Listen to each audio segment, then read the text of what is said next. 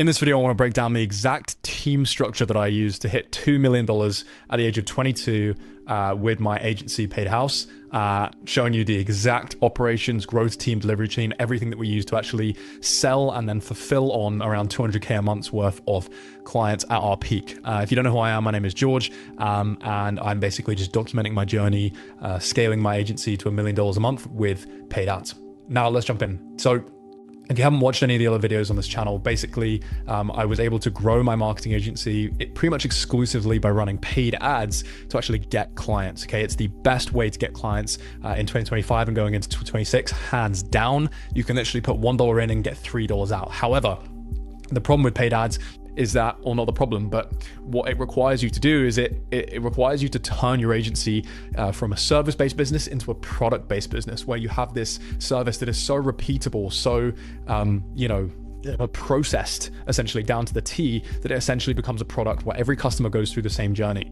And obviously you need a team to be able to fulfill on that product, because all an agency is really is you selling other people's time. Okay, that's what an agency is. So your people and your processes are your product, okay? So obviously getting your SOPs down and everything like that is super important, but then having the right team structure, that is the other half of the coin when it comes to building a really good agency product. And trust me, you need one if you want to scale really, really fast. If you want to break past 100K a month or 200K a month, especially using paid ads, if you don't have this down, you're just going to, sure, be able to sign a ton of clients, but you're going to churn them after 1 or 2 months. And that, my friend, will break your unit economics when it comes to paid ads, because you need to have, at least in my opinion, a 3x CAC to LTGP, which means cost of acquiring a customer to lifetime gross profit.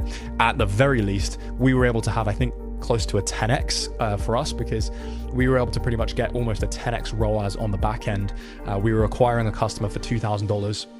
And our average LTV was around $20,000. So actually CAC to LTV was about 10x, CAC to LTGP a little bit lower than that. Obviously we didn't have 100% profit margins, but I digress. So let's jump into the team structure. It's actually pretty simple, as you can see here. Now, there's 3 sections to any agency, okay? You've got growth, operations, and delivery.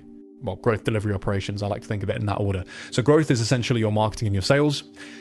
Delivery, which obviously gets the client into the door. Delivery is what fulfills that client, and operations basically keeps those 2 groups of people in line and make sure everything, all of the little, cogs and systems in between all these different processes run smoothly, essentially. So basically this is a team of around, I actually haven't counted the exact amount, but this is around, I think, 20 to 25 people, something in that range. And as you can see, we're very heavily weighted on delivery, which is really how any good agency should be. Because this is our product, okay? When it comes to looking at percentages of cost, I personally think that your delivery should be costing you right around 30% of your revenue. I think that's a pretty healthy amount for it to be, and that's right around where ours is, okay? It can definitely get a bit higher than this once you really start to scale, because you need to hire more kind of heads of department in C-suite and things like that. But yeah, that was kind of where ours sat at. All right, so I think a healthy agency, realistically, you're looking at 20 to 30%, 20 to 40%, I would say, on delivery cost, okay, of your total revenue. And then I like to keep ad spend around 10%, okay? So you've got about 10% on ad spend. Ideally, your sales should be around 7.5 to 10%. Maybe you could argue 5 to 10%, depending on how you comp your closes, and I'll explain how we comped our closes in a minute. And then you've got obviously like software and miscellaneous expenses and payment processing fees and refunds and stuff like that, which is maybe another 5%, let's say. So I think best case scenario, really, any agency should be operating at about 60% profit margins, okay, when you are running paid ads, which is actually where we were roughly at any given time. And then obviously worst case scenario, you're looking at 40% profit margins essentially, or 35% profit margins. Cool. So that's kind of how I view costs in terms of the departments. Okay, so sales here, growth is mostly here, and we'll get into all that in a second. So let's start with growth actually. So The nice thing about an agency is I actually think really as far as 200K a month, I can't really speak on going any further, but really up to 200K a month, you can have a really simple growth department. You as CEO should be doing all of your marketing. I mean, like literally that should be your only job. You are CEO and very much you are CMO, okay? It is one of the highest leverage activities that you can do. It is the highest leverage activity that you can do in the business, okay? Because you can, marketing fuels sales, right? A lot of people say, oh, sales is the highest leverage thing you can do per hour of your time. I would disagree. I think it's marketing, because an hour of marketing can produce, 10, 20, 30 sales calls. You know what I mean?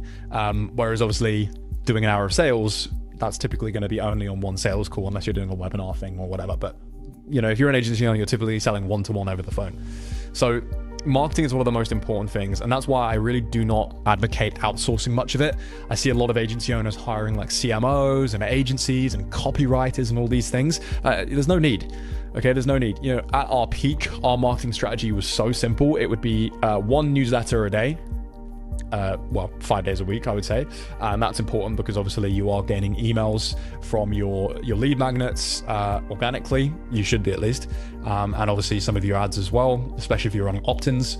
Obviously we would be running ads. That was our main strategy.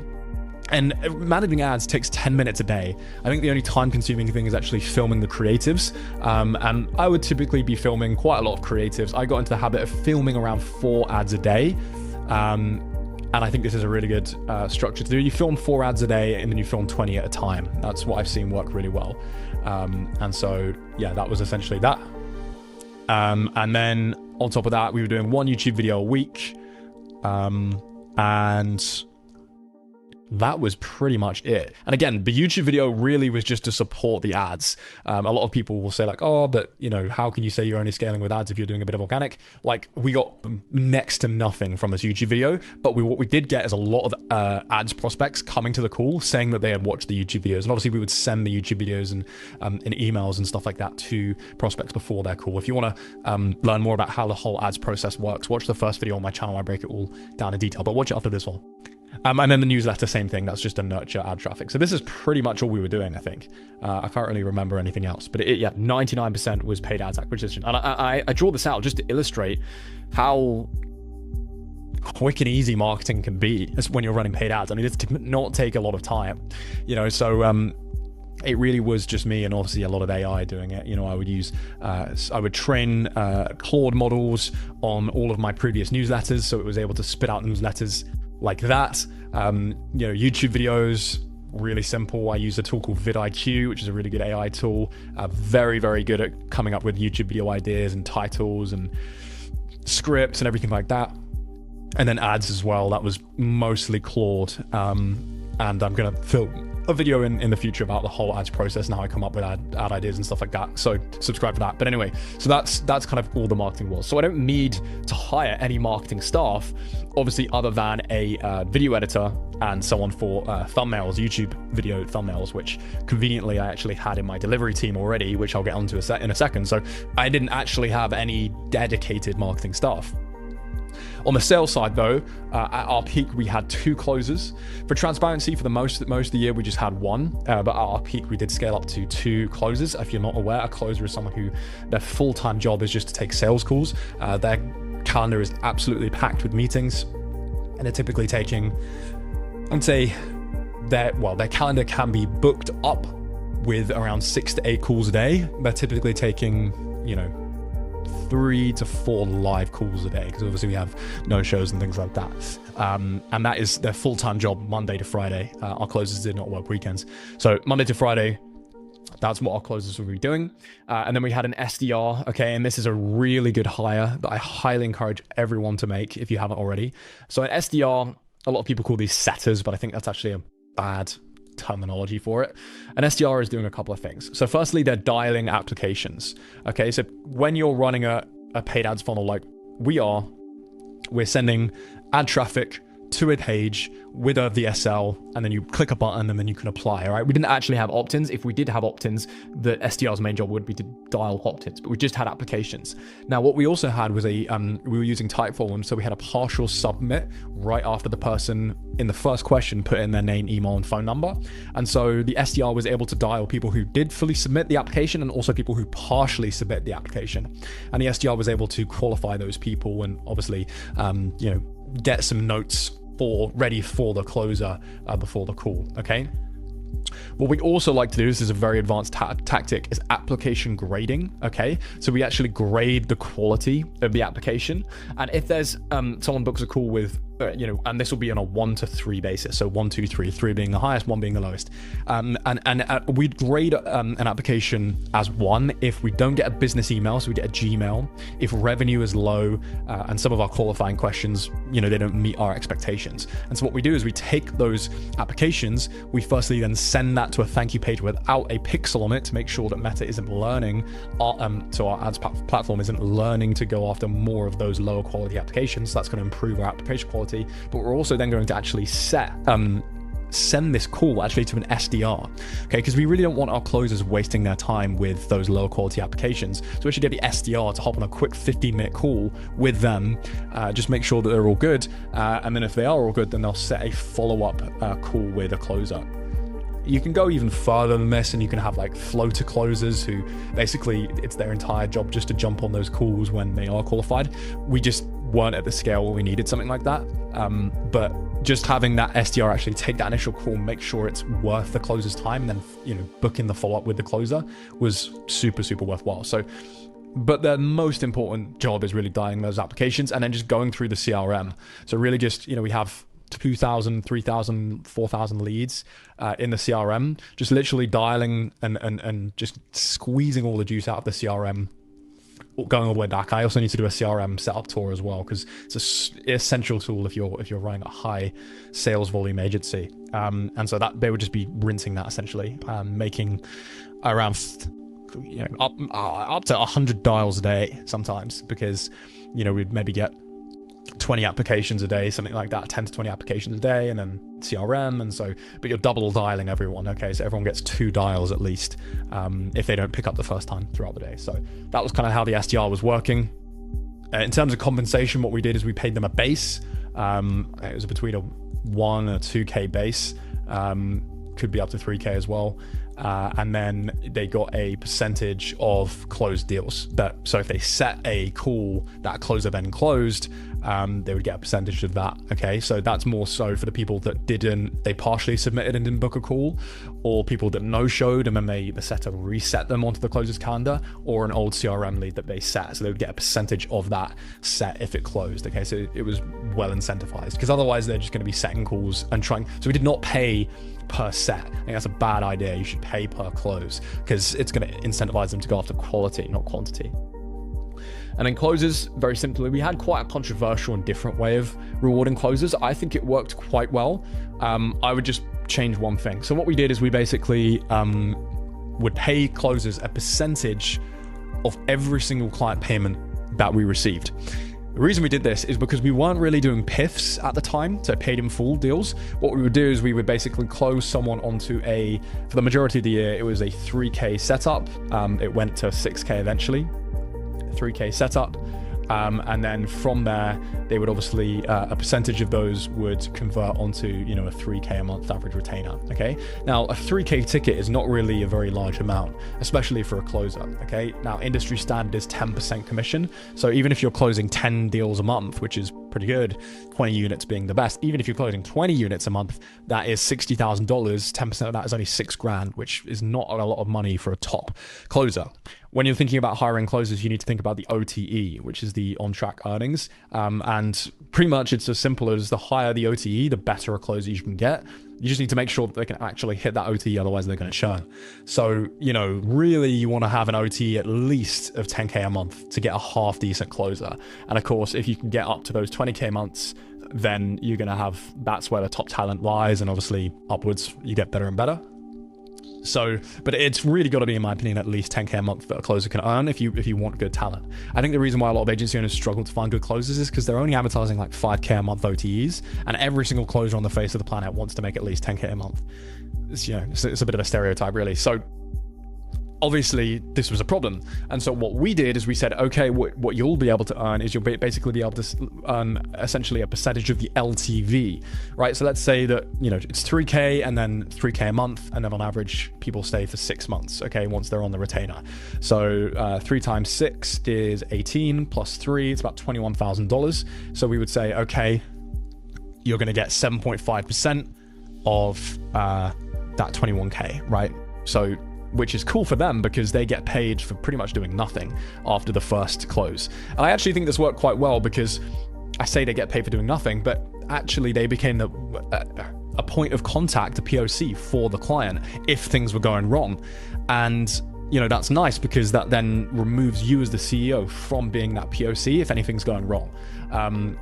Typically the client isn't going to want to go to their AM if something's going wrong. They're going to want to go and talk to the person who sold them into the service.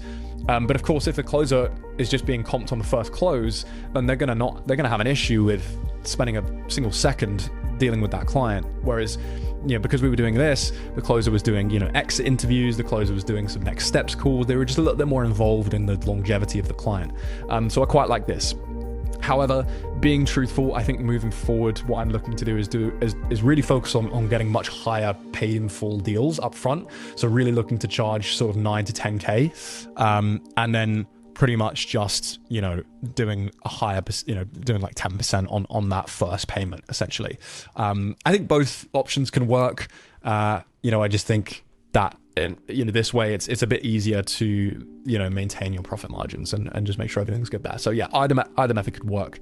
Obviously this will lead them making a little bit more per deal closed. But yeah, it's just preference essentially. So that was basically the growth team. Pretty simple, closers taking calls, SDRs setting calls, more or less. Then we have the operations team. So we had everyone was full-time except these two people here. You can see the dotted lines just means they're fractional. So we had a fractional CFO who's basically looking at all of our finances. He was making a lot of models for us. He was looking at churn, LTV, CAC, ad spend, forecasting ad spend, predicting ad spend. Very useful hire. I really enjoyed having one. I would always have one in my business. They cost about 2-3K a month, so not super expensive and obviously much cheaper than having a full-time CFO. And then of course we have an accountant as well underneath him, so the CFO would tell the accountant some certain things to do essentially. Then we had an ops manager. Okay, a very, very good hire. Just make sure that it's the right person. Okay, make sure that I won't talk too in depth about interviewing on this video, but you make sure it's a very talented person who knows automations, they know systems, they are very, very highly organized, and make sure it's someone that you really get along with as well, because you'll actually spend a lot of time with this person. You should really be doing, in my opinion, daily huddles with this ops person, because they are really going to be running the company, okay? And this person is going to run the company if you take a week or 2 weeks off. It's really going to be up to them to make sure that the wheels are turning. So make sure you pick someone that can represent the company very well. Underneath them, we had a VA who was basically just executing the manual labor tasks like data recording. So recording all of our ads data, recording all of our YouTube data, basically recording data, anything that we touched, we recorded the data. Okay. We would also have what's called a back-end and a front-end dashboard. So front-end dashboard would measure sales data, back-end dashboard would measure sort of LTV data. They were responsible for keeping that all in check. And then again, the ops manager it's always hard to sort of categorize what they did, which sounds really bad, but they were making like SOPs, they were managing team, they were taking some of the internal calls. Like they were just basically doing the ops stuff that, I did not want to do essentially. And really, these roles are kind of classified as cost centers. Okay. So, these roles, in my opinion, should just be comped with a flat salary. And that's what we did. We just paid a flat salary for these kind of cost-based roles. All right. However, profit based roles or profit centers, so growth and delivery, I believe should always be paid a commission, so a percentage of revenue or whatever, because that is going to incentivize them to keep pushing. I do not believe in paying any of these types of people a flat salary, because that is just going to lead to complacency. We want to incentivize for performance. So I've already explained how we compensate growth. In terms of how we compensated delivery, it was a somewhat similar system. The delivery would also get a percentage of the ongoing client payments. Now, obviously, this makes sense because they're managing their clients every single month. So we kept this all throughout, and we still do this. So as I said, we would sort of compensate anywhere between 20 and 30% per month. Well, specifically the account manager level, that is what they would get paid, okay? So this middle level here is the account manager level, and these people are the ones that directly work with the clients, okay? Now, we had a couple of departments here. We had ads, so media buying, we had email marketing, we had creative, and we had conversion rate optimization. These were basically 4 distinct services that we offered to clients, and that was a big reason why we were able to get a very large LTV, because we were able to cross-sell and upsell onto multiple different services in the back end. So we would get someone in with our paid ads offer, and then we would upsell them onto email and creative strategy and CRO, and we had a 33% success rate of doing this. So 1 in 3 would always buy an additional service, which was huge. I will say, I think a mistake that I made is having too many departments. I think we could have had that exact same success just with email, and we could have cut these, and that would have been a better idea. That's actually what we've done now. Because having too many departments, it's a lot of staffing, it's a lot of hassle, it's a lot of mess, and you kind of need to become an expert in like 4 different things rather than just 2 different things, which is obviously infinitely easier. So the account managers would be responsible for onboarding literally everything, like end to end, onboarding clients, client calls, delivery, obviously, so running the ads, doing the email marketing, whatever it is. Like just end-to-end client management and fulfillment. Like I do not believe in having like a split where you have like a media buyer and then a CSM. Like that is a waste of money, especially with where we're going with AI. Literally just hire one person to manage the entire client journey. Now we did have some, people who were doing like assisting. So we had some juniors who were doing like assisting roles, but these were back end. So all of these roles down here were back end roles which were just assisting the AM. So juniors were basically doing manual tasks in the accounts. Claudio Tech was basically implementing the emails into the email ESP, the email sending platform. Designers were designing the emails.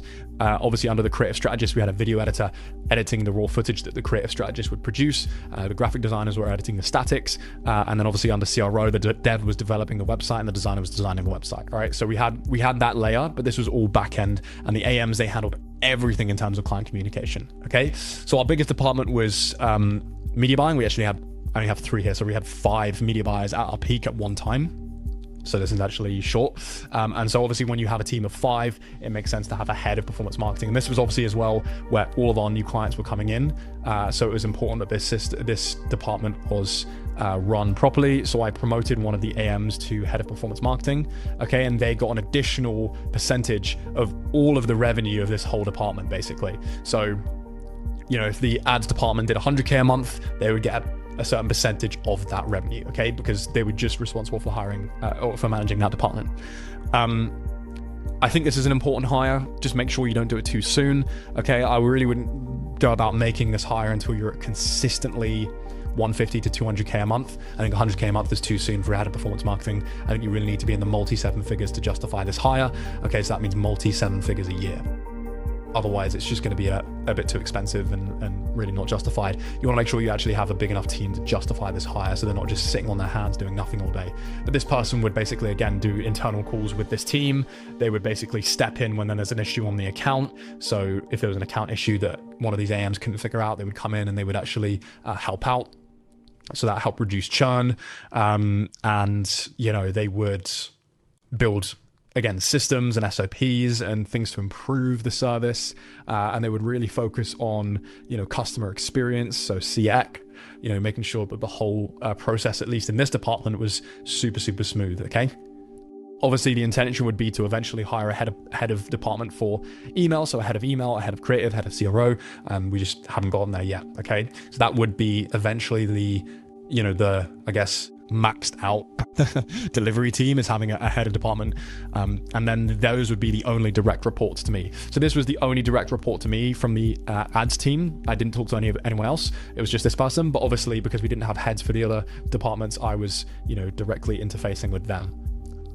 Because that's what I was doing. Okay. So that pretty much covers the whole end-to-end process of how we were able to operate an agency doing 200K a month with a highly productized service, and get a very, very good client LTV in the process. If you have any questions, put them down below. If you want me to film anything else, let me know. More than happy to do that. There's a link in the description to sign up for a daily email from me, where I go even more in depth into this and give away certain resources, etc. on a daily basis. And yeah, if you enjoyed, just like, subscribe, and I'll catch you in 2026.